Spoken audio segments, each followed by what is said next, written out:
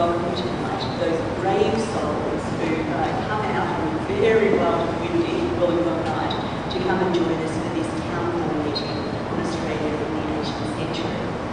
The AIA is delighted to be partnering with the University of Wollongong and with the Wollongong City Council tonight for this first town hall meeting in Wollongong. The Australian Institute of International Affairs is a nationwide organisation. Our job is promoting public interest and understanding of international issues.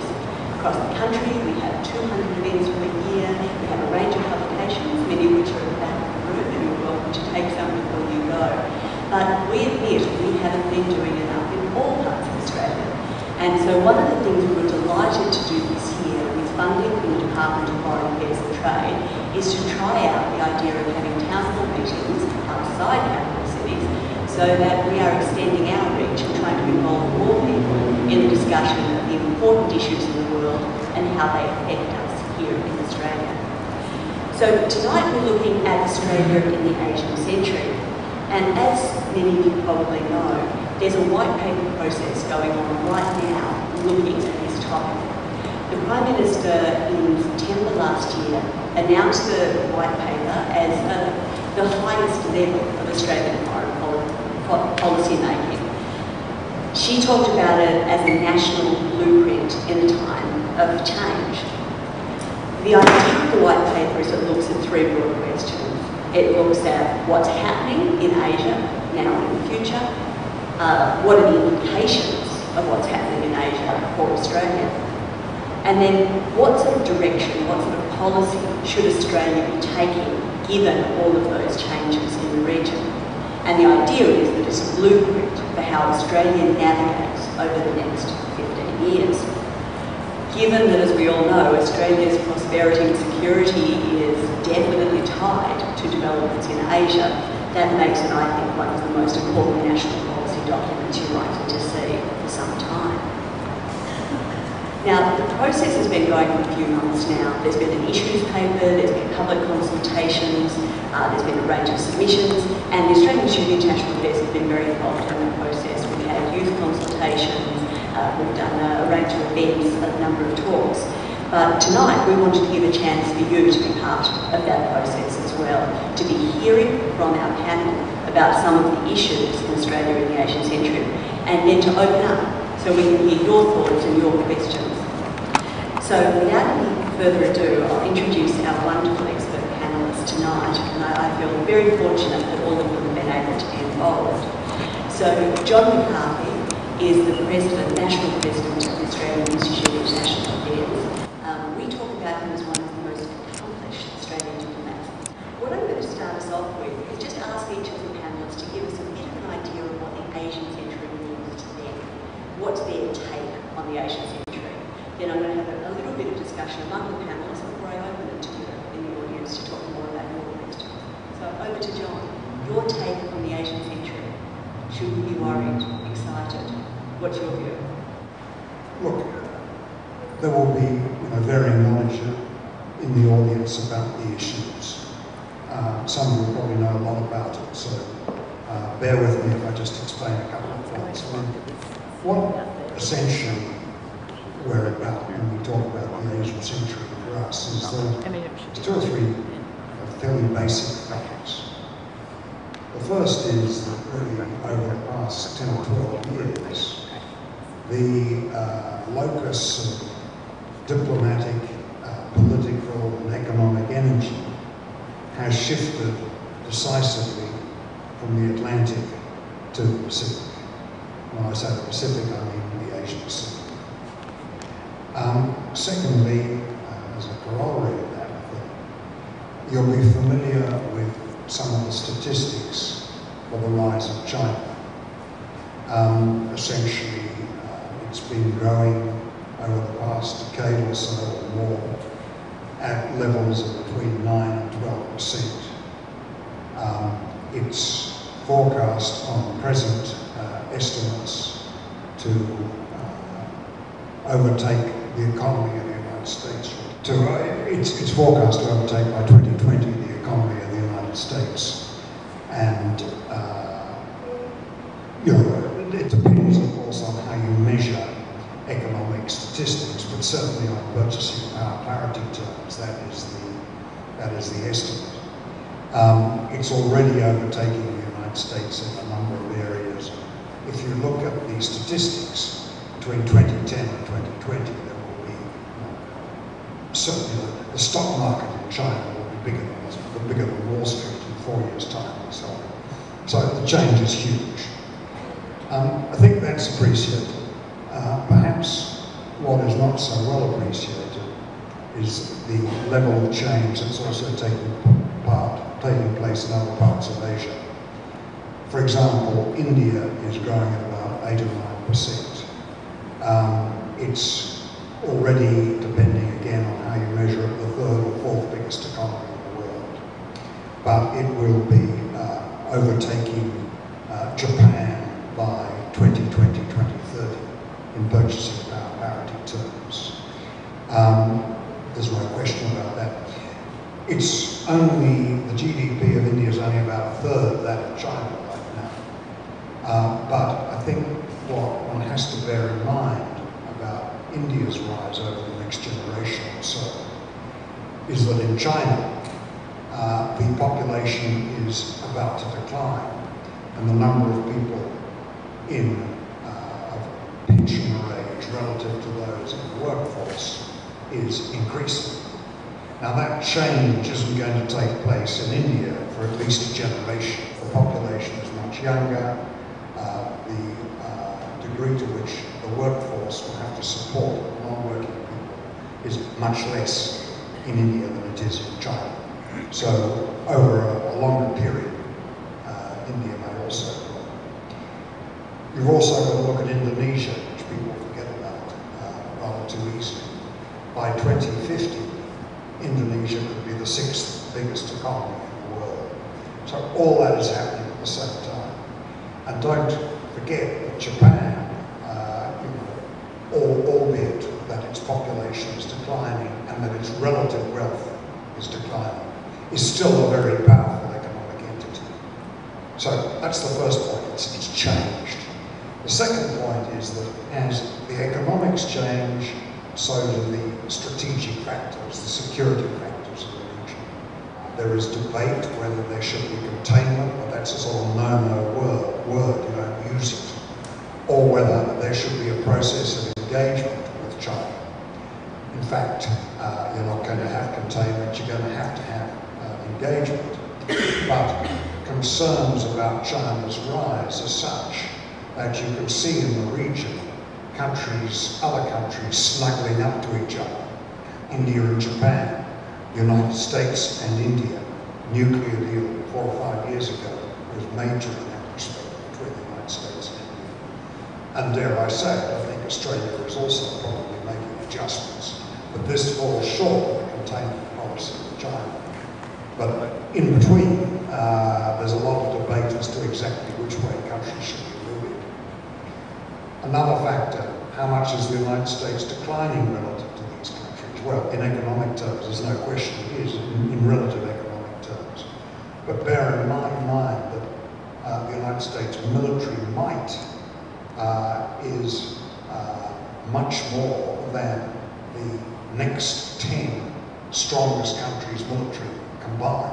And it is hugely strong in terms of technology, in terms of its weaponry, everything.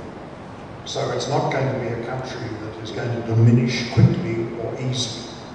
And in fact, it is already adjusting itself to balance, although that's a difficult word also. It is already adjusting itself to manage effectively the rise of China.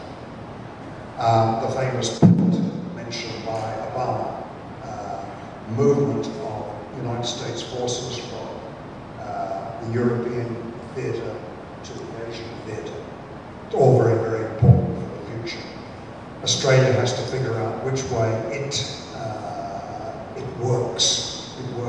It sees its future between these powers, whose interests may not necessarily be compatible. So that again is a challenge. Now, I don't want to go on too much longer, but against all this, how are we managing these changes? And the answer is we have to do a lot more. We have to, I think, develop develop a more sophisticated economy, and that is something which the Henry Report, the White Paper, will focus on in particular. What happens, beyond resources? How do we become a more sophisticated economy? That's one area. Second, how do we handle the rise of China? China's been on our back, rise of Asia generally. Asia's been our backyard for 30 or 40 years, 50 years, in practical political terms, because we really only developed an independent foreign policy post the Second World War. Now, we should be doing it very well, but in fact, the way we are educating our population in terms of what is happening in Asia, but also issues such as languages, has declined since the 70s. There is less study, much less in Indonesia than there was then. Much less in Japan. More on China, but a lot of the people who are studying China and Chinese languages, or Chinese language, happen to be Chinese ethnically, which is not really the one. So, our level of knowledge, the degree to which our businesses engage in Asia, all these are very important factors, quite apart from how we balance ourselves in a security strategic sense. And we have to make sure that people in Asia know more about us. Our expenditure on public diplomacy, as it's known, is pitiful. That is the exercise of bringing to the publics of Asia, in particular, what this country is about, involving people-to-people diplomacy and a lot of other areas. Look, that's about enough from me right now. There are other people who are going to wish to comment, and I'll be very happy to question. Thank you. Thank you for getting us rolling in the range of the different issues that come up. So I'll go straight on to Colin and hear more about your take on Australia in the Asian century.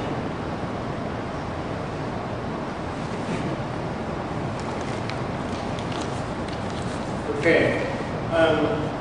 You'll be delighted to know that I'm not going to repeat the kind of things that John said, because I agree with him with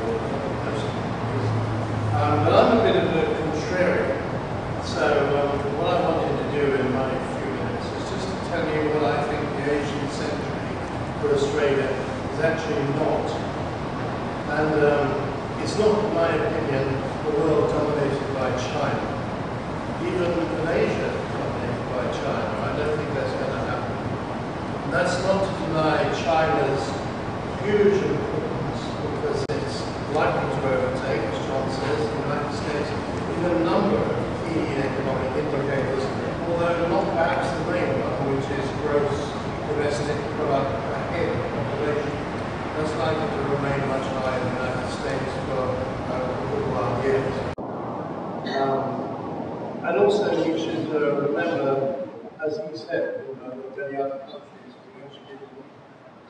we mentioned Indonesia and Japan, but of course we also have to think of countries like South Korea and the burgeoning nations of Southeast Asia, Singapore, of course, Vietnam, which I visited recently, and is a very exciting place, and Malaysia, with whom we signed a free trade agreement of some importance early this week.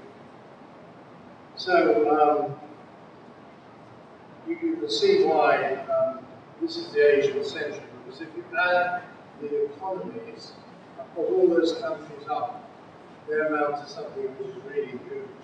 Bigger than Europe, bigger than the US. It is the Asian century, but not necessarily dominated by China.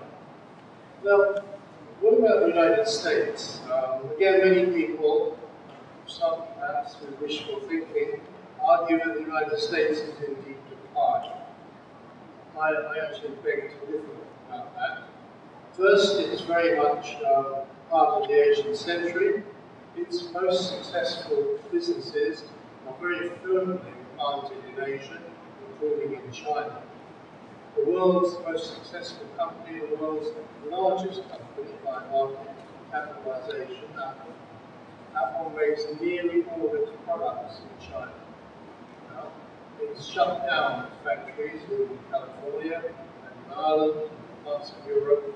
iPads are made all in one factory in China, and pretty well all its other products. So Apple and China are interdependent. It's true for many US companies. I think when we talk about confrontation between China and America, or America and China, and the possibility of conflict, we forget that the interdependence of these two countries is actually quite huge. Now, many also, excuse me, put it as my way this time, it wasn't. The US is still the world's technology leader by far. And first through the technologies of Silicon Valley, of course, which I just mentioned, Apple. But secondly, other new things that are going on in space. And only this week, you may have heard or may have read that we had the first commercial launch of a rocket satellite in space. The start of a new commercial era in space, of a new time of exploration. And this is a very important development. It was the lead story of the BBC World News. It was the lead story in many European and many Asian newspapers.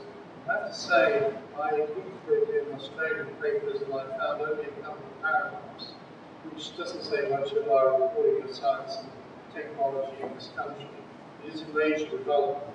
And one of the companies that is going to be involved in this new commercial exploitation of space is a new mining company, which has been formed by the founder of a billionaire in America who founded a finance company that deals with paying by credit card. I can't name momentarily. But anyway, they believe that they will be within a decade or a decade and a half actually exploring and mining asteroids for platinum. Now, the average asteroid is said to have enough platinum on it worth $50 billion. And this is a major change in the world of mining. Also, given that platinum is something which at the moment China has a fair near monopoly. So that's just one of the things. And I only say this, one, because it's a very recent development, and two, because it does show that technology is still really being driven by the United States. And so while we accept that it may well be taken over in some economic indicators by China, the US is still there. He also, of course, still controls the world's oceans and has the world's biggest navy. So that's But then finally, Australia, the so-called lucky country. Now, in my opinion, we can't rely on that. I tend to agree with what John is saying here. We're randomly pouring, and now we have to be much more than that. We do really have to engage and be part of Asia. But Asia needs to be part of us. That's very important. And we need to, the issues which the Asians are interested in, we're not just talking of China here, are things like food and agriculture. And the food and agriculture industry is one, in my opinion, which has been heavily neglected by governments of both parties in recent years, the last 10 years. There are no votes up there in the bush, really. So all the focus and all the attention is on cities, and unfortunately too much attention in cities like Sydney and Melbourne. Not enough on regional centres, and not enough on the northern part of Australia, the Northern Territory. And I think we're going to see a demand from many Asian countries, particularly China, for Australian land, and not just Australian resources in terms of minerals, but the right to buy land and grow food here, and also bring their own migrants to do that. That is going to be very controversial. The government at the moment is not facing up to this, but it soon will have to. Now, Philip Flood, I just want to quote Philip Flood, because he was the head of DFAT for many years and also head of the Office of National Assessments, came to the Institute in Sydney very recently and said that we need to reinvigorate the idea of a big Australia and build our population. This is something which Kevin Rudd touched on when he was Prime Minister, but really more recently has been shouted down. And Flood says it's a great pity that the 60-year consensus on growing the population of Australia seems to be abandoned for rather tawdry discussions on issues such as the small number of asylum seekers we have here. And as Flood says, we're deluding ourselves if we believe that a country of 30 or 35 million people will be able to hold on to our vast mineral and other natural resources. We have to face up to the fact we have to share them in joint ventures with our Asian partners and friends. So what does the Asian century mean from my perspective, I guess from universities? Well, it would be opportunity and excitement. The fact is that we are in the Asian century. The fact is that any number you want to talk about in terms of Asia is big, and the fact is that any part of that we engage with will be a benefit to us both economically and socially, in my view. I won't get involved in the diplomacy or the military aspects of it. Way out of my league if I start talking about that. And it's, I guess, for those reasons that the university has made both some strategic and some opportunistic forays into Asia. Most recently in India with the Council of Science and Research of India coming to the university and signing a memorandum of understanding. Again in India last year, an MOU signed to look at a UOW presence in India, sponsored by Jarakanantra. Apologies to a woman. He knows I can never get my tongue around his name. He accepts that. And so the university has made those forays in recent times, but for a long time has been engaged in encouraging international students to come to the university. Presently, about 5,000 international students from 120 countries, many of them from Asia, study at the university, and about 4,500 students study offshore. So 5,000 onshore and about 4,500 offshore, and that will continue to be a focus. We have a new Vice Chancellor at the University of Wollongong, although I'm about to stop saying we have a new Vice Chancellor and say we have a Vice Chancellor at the university. I reckon 6 months is long enough for him to be new, and now he's the boss, and get on with it. But he set the target of the university being in the top 1% of universities internationally. And to achieve that target, that goal, that publicly stated goal, the university itself will have to engage with Asia and have to do that in a collaborative way. And in my view, in a two-way street. So there will be investment by the university in Asia and an encouragement of investment by Asia in the university. And that might not necessarily be dollars, it might be people and personnel. I think that's an important thing to remember in this discussion tonight and the discussion on the white paper. Yes, there will be diplomacy. Yes, there will be military and national security issues around that. And there will be a heap of economic issues. But we also have to bear in mind that there are people involved here, both onshore and offshore. And by getting closer to each other, we can have a greater involvement and greater understanding of each other. So the university will play its role. The University of Wollongong will play its role for many reasons. One is as an institution that wants to be up there in the top 1%, it has to. As an institution that needs to encourage some investment and some full fee-paying students from overseas to help it pay its bills, it has to. But also as an institution of learning, it will need to engage with people. And as I say, the Asian century provides a real opportunity for the university to do that. And clearly an opportunity for Australia to do. And not only an opportunity, but an absolute requirement. As I said at the beginning, any number that you talk about, whether it is India, whether it's China, whether it's Indonesia, and the list goes on, any number is big, and being involved in it is important from those aspects that I talked about. In previous lives, I had the opportunity to travel to China twice and India once, several years ago now, and and I might say to Taiwan, thanks to our friends at Borders Light International Association, that declaration I think there a number of years ago as well. And without any shadow of a doubt, there is, I think, an international responsibility for Australia to engage, both from that personal point of view I talked about. So there's that international responsibility, but there's also the imperative from our own point of view to engage as well, and this gives us an opportunity. I might start again with John. You talked about some of the concerns that people have in the region about China. Those are shared by many Australians, not by all. You talked about the sort of snuggling up that different countries are doing to try to balance that.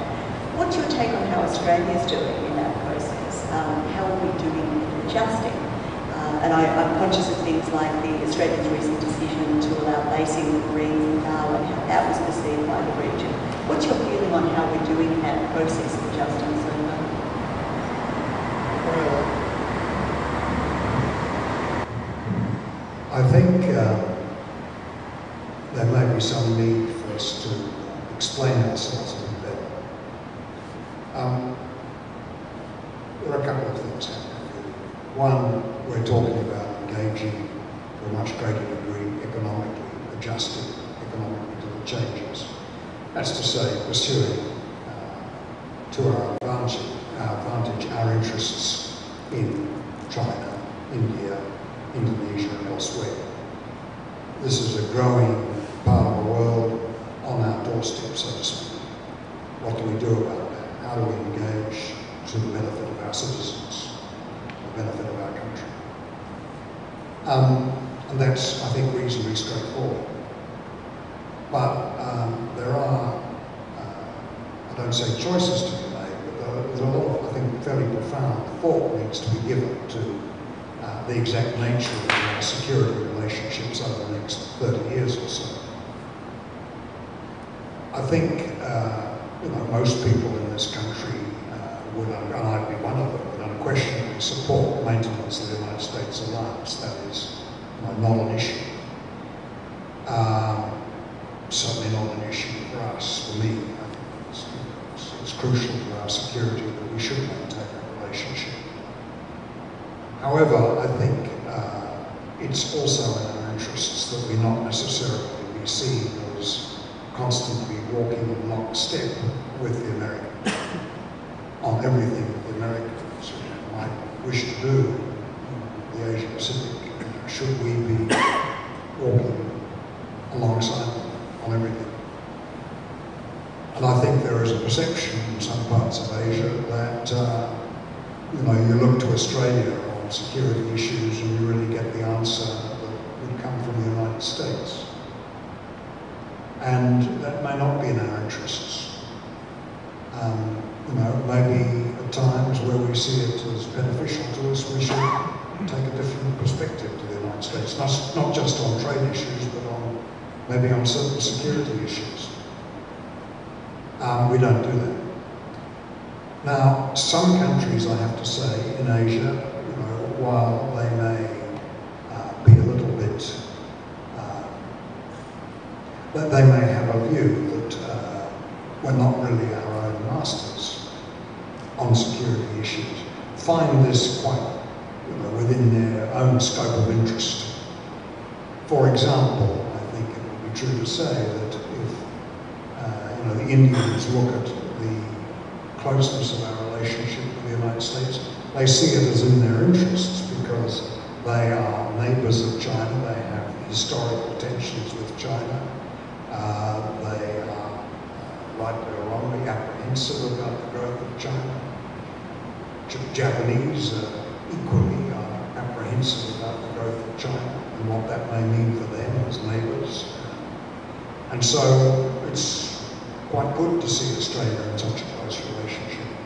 But I just wonder if maybe we have the respect in Asia of being an independent country, which we always say we are, of course, just have that respect. And that makes me a little bit uneasy. But the smuggling up is clear. We just have to see what's happening on a monthly basis. And I repeated on the fact that in between sort of 2005 and 2008, the relationship between the United States and India changed quite dramatically. And the linchpin of this change was the nuclear deal, the arrangement by which, despite the nuclear non-proliferation treaty, the United States was prepared to change its policy towards India, treat it as if it were a member of the nuclear club. And then I think Japan and India have grown closer in security terms also. And we have actually drawn closer to India and Japan. So all that is happening. It's clear that when there is a new big player entering the arena in a significant way, other countries are going to adjust. That's just the way nations behave towards each other. And it's inevitable, just as it's inevitable, despite the real economic interdependence between not only the United States and China, but also Japan and China, that this measure of tension, albeit not in a straight line, up and down, is going to exist. Countries adjust to change and they adjust to power. Now, some of them will be not exactly on bended knee to China, but will be nervous about taking on China, will acquiesce in what China suggests it does. Others will not. What do we do about that? How do we engage to the benefit of our citizens, the benefit of our country? And that's, I think, reasonably straightforward. But there are, I don't say choices to be made, but there's a lot of, I think, fairly profound thought needs to be given to the exact nature of our security relationships over the next 30 years or so. I think most people in this country would, and I'd be one of them, would unquestionably support maintenance of the United States alliance. That is not an issue. Certainly not an issue for us, for me. I think it's crucial to our security that we should maintain a relationship. However, I think it's also in our interests that we not necessarily be seen as constantly walking in lockstep with the Americans on everything that the Americans might wish to do in the Asia-Pacific. Should we be walking alongside them on everything? And I think there is a perception in some parts of Asia that you look to Australia on security issues and you really get the answer that would come from the United States. And that may not be in our interests. Maybe at times where we see it as beneficial to us, we should take a different perspective to the United States, not just on trade issues, but maybe on certain security issues. We don't do that. Now, some countries, I have to say, in Asia, while they may be a little bit, that they may have a view that we're not really our own masters on security issues, find this quite within their own scope of interest.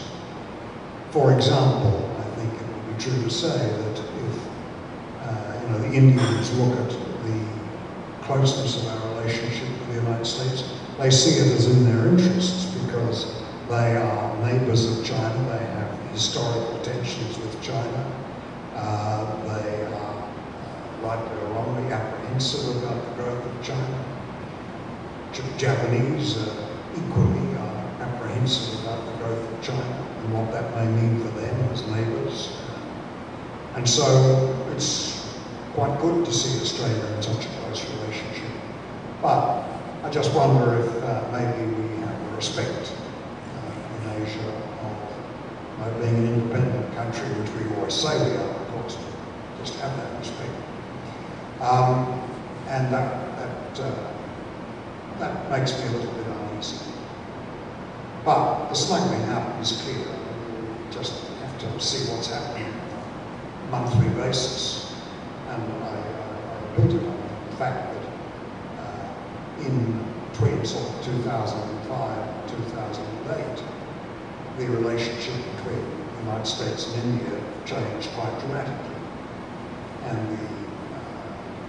the linchpin of this change was the nuclear deal, the arrangement by which, despite the nuclear non-proliferation treaty, the United States was prepared to change its policy towards India, treat it as if it were a member of the nuclear club. And then I think Japan and India have grown closer in security terms also. And we have actually drawn closer to India and Japan. So all that is happening. It's clear that when there is a new big player entering the arena in a significant way, other countries are going to adjust. That's just the way nations behave towards each other. And it's inevitable, just as it's inevitable, despite the real economic independence between not only the United States and China, but also Japan and China, that this measure of tension, albeit not in a straight line, up and down, is going to exist. Countries adjust to change and they adjust to power. Now, some of them will be not exactly on bended knee to China, but will be nervous about taking on China, will acquiesce in what China suggests it does. Others will not. The ones that, I think will treat China with caution, whose responses towards the Chinese, while possibly quite measured, will still be fairly determined. They'll probably be India, Vietnam, for historical reasons, in particular, Indonesia to some degree, Singapore to some degree. Others may be not so firm. But I do stress that everybody will say they're not about containment, they're not about confrontation, they're about managing a new regional and global situation. And that's what we're into too. I might turn to Colin.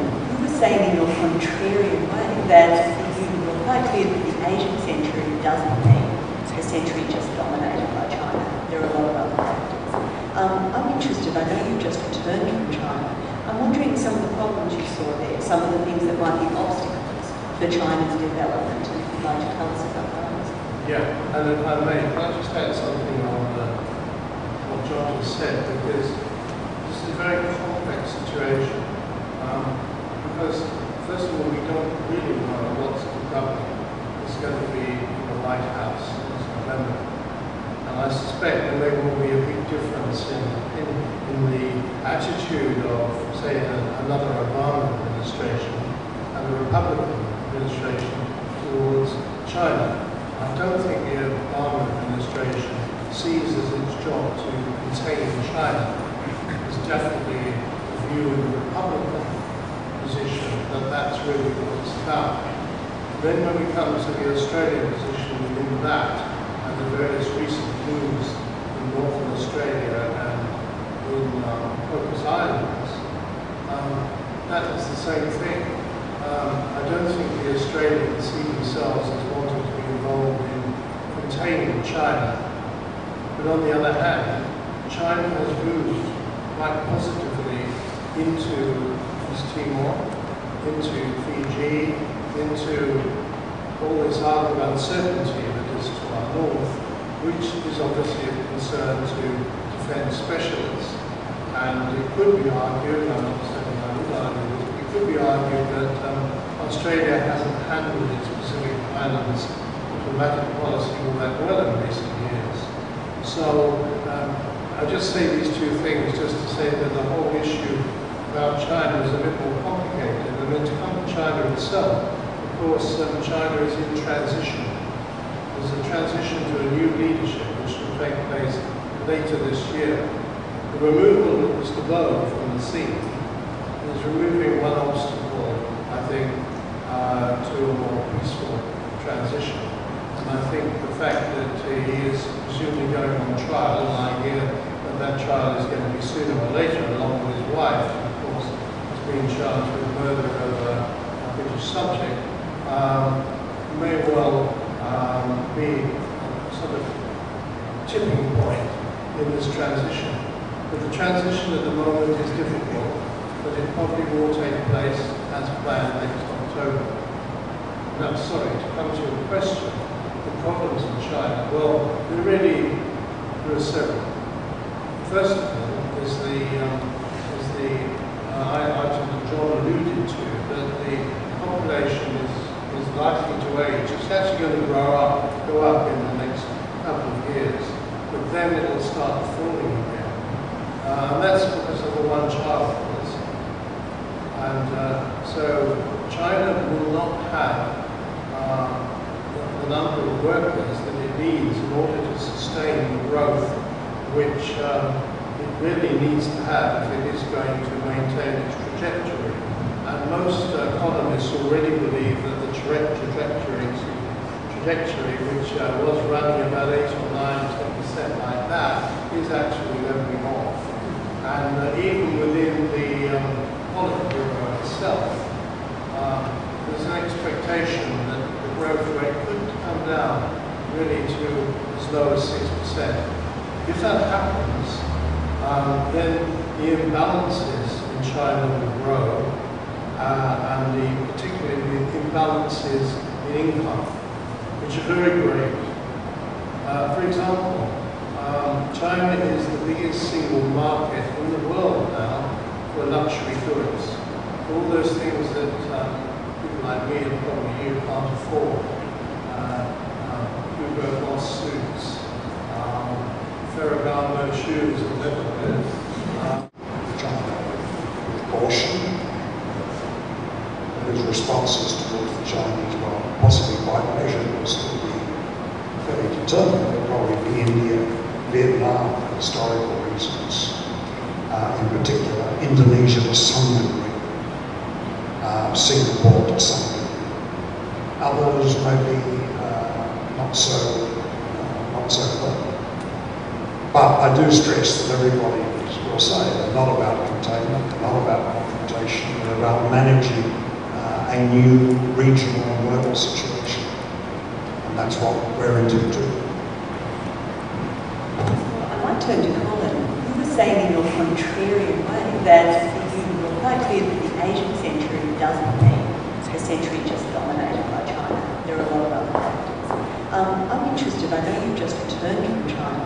I'm wondering some of the problems you saw there, some of the things that might be obstacles for China's development, and if you'd like to tell us about those. Yeah, and if I may, can I just add something on what John just said, because this is a very complex situation. Because, first of all, we don't really know what's the government is going to be in the White House this November. And I suspect that there will be a big difference in the attitude of, say, another Obama administration and the Republican administration towards China. I don't think the Obama administration sees as its job to contain China. There's definitely a view in the Republican position that that's really what it's about. Then when we come to the Australian position within that, and the various recent moves in Northern Australia and in Cocos Islands, that is the same thing. I don't think the Australians see themselves as wanting to be involved in containing China. But on the other hand, China has moved quite positively into East Timor, into Fiji, into all this arc of uncertainty that is to our north, which is obviously of concern to defence specialists. And it could be argued, I'm not saying I would argue, could be argued that Australia hasn't handled its Pacific Islands diplomatic policy all that well in recent years. So I'll just say these two things just to say that the whole issue about China is a bit more complicated. And then to come to China itself, of course, China is in transition. There's a transition to a new leadership which will take place later this year. The removal of Mr. Bowen from the seat is removing one obstacle, I think, to a more peaceful transition. And I think the fact that he is presumably going on trial, and I hear that that trial is going to be sooner or later, along with his wife, and of course is being charged with murder over a British subject, may well be a sort of tipping point in this transition. But the transition at the moment is difficult, but it probably will take place as planned next October. Now, sorry, to come to your question, the problems in China, well, there are several. First of all is the item that John alluded to, that the population is likely to age. It's actually going to go up in the next couple of years, but then it will start falling again. And that's because of the one-child policy. And so China will not have the number of workers that it needs in order to sustain the growth which it really needs to have if it is going to maintain its trajectory. And most economists already believe that the trajectory which was running about 8 or 9-10% like that is actually leveling off. And even within the Politburo itself, there's an expectation that the growth rate could come down really to as low as 6%. If that happens, then the imbalances in China will grow, and particularly the imbalances in income, which are very great. For example, China is the biggest single market in the world now for luxury goods. All those things that people like me and probably you can't afford. Hugo Boss suits, Ferragamo shoes, or whatever. I think Louis Vuitton, there are 40 Louis Vuitton stores in China alone. It is the biggest single market in the world for luxury goods. And the market is 100 million people. And there are 100 million people in China who can actually afford that. It is not to the fact that at the other end of the scale, there are several hundred million people who are living on the poverty line. And last week I visited the homes of some of those people. They were hovels. You would have been horrified. One of the parties that I was in couldn't face the sight of them and walked away. These were places where the roof was caving in, where there was no heat of any kind, where the common bathroom was out in the yard, shared with 5 families. So there are a lot of poor people in China, and the Chinese know that they have to address this disparity. And for those of you I know are interested in education, 8 times as much money goes to education in urban China, particularly in Beijing, Shanghai, and cities like that, as it does to the provinces. So there are these big imbalances which have to be addressed. Now, if you want to read more about this, because otherwise I'll go on about it all evening and you'll be bored silly, but if you want to read more about this, I do urge you to go online and read the World Bank's recently published study in the last couple of weeks in China in 2030, because it identifies all these things in great detail. Another factor is the problem of old people. At the moment in rural areas in China, there are 5 people supporting every person over 60. Within 10 years, that's going to fall to 3. And this is going to be very hard to manage. Now, the people that run China are not stupid, they understand this, and they're trying to deal with it. But it's a problem like all these kinds of social problems, which can't necessarily be done quickly. It can't just be solved by waving a magic wand and building a new 400-mile-an-hour train, or a new set of motorways, or even brand new homes. In this equal Taiwan, I passed about 30 huge tower flats, which hadn't been finished because they'd been planned. But having planned them and got them up to, say, 42 stories, they realized they weren't going to be able to occupy them, so they just stopped work. So, this is not a country without problems. That's really what I'm saying. There are great things going on in China. It's a very exciting place to be.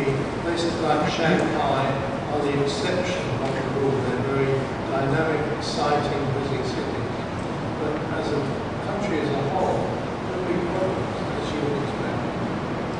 And I think you're giving us a strong sense of that type of transition, very much so for China, but also for Australia. So I was going to turn back to David. I noted when John was talking, he was saying that Australia needs to develop a sophisticated economy beyond natural resources. And it struck me that Wollongong is a great example of a community that's been able to do this.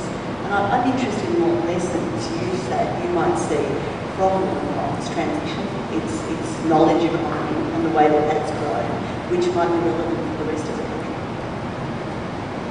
Well, of course, the knowledge economy in our region, in our community, is, I might get into trouble down here, is driven by the University of Wollongong. The Institute of TAFE contributes to it, and I might say that the school system as well, obviously prepares people to go there. But we've got the best IT faculty in the country. The University of Wollongong graduates the most IT graduates of any university in the country.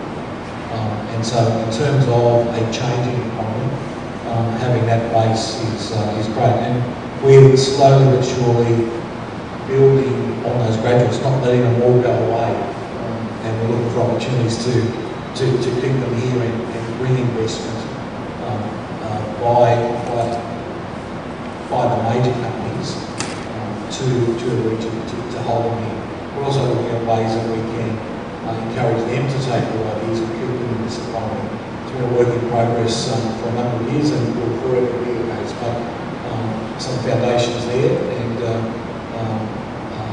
looking to use alumni, people who have gone off and done some great things, and now in senior positions in companies to bring them back. So that's in the area of IT. In some alternative materials, we've probably got the country's best institute in terms of nanotechnology and those sorts of things on the innovation campus. And again, looking to provide the partnerships and collaborations. I think, not discredited, but some work by a bloke called Richard Florida out of the United States talks about having creative people, not necessarily artists, although they're great as well, I'm not supplying that, but creative people in your economy builds on that and has creative thinking, innovative thinking, and those sorts of things. And so, without any doubt, the University of Wollongong has driven that for our economy. You'd expect me to say that as a sort of highly paid member of the university staff, but it's true, it's a statement of fact. But equally, our traditional industries have driven change as well. And it's interesting, we're getting this transfer from heavy engineering and resources. Traditionally, one of the reasons Wollongong exists is that black coal was discovered here all those years ago. But the companies involved in winning coal have continued to invest in technology as well, and to look to the university to collaborate in that sense. I get in some trouble, and I argue one of the reasons we don't have such a vibrant service industry is that industry hasn't invested as heavily as it might. Notwithstanding the fact that BlueScope still does interact in research capacity with the university, but the business has been invested as strong as it might, whereas the coal mining industry has. And and that's, I think, one of the reasons that Forest has such a strong bearing on our economy. But it's using the creativity, using the innovation of our research students, of our academics, and dragging that out of the community. One of the really exciting things about Wollongong for the 25 to 30 years that I've sort of had a role in it is that the community has always embraced the university, and the university has always embraced the community. So it's in the sense of moving forward in lockstep. It's not to say everyone agrees all the time, but in my previous ministerial roles, I might go and visit another city where there's a university, and there's not the same sense of equal ownership.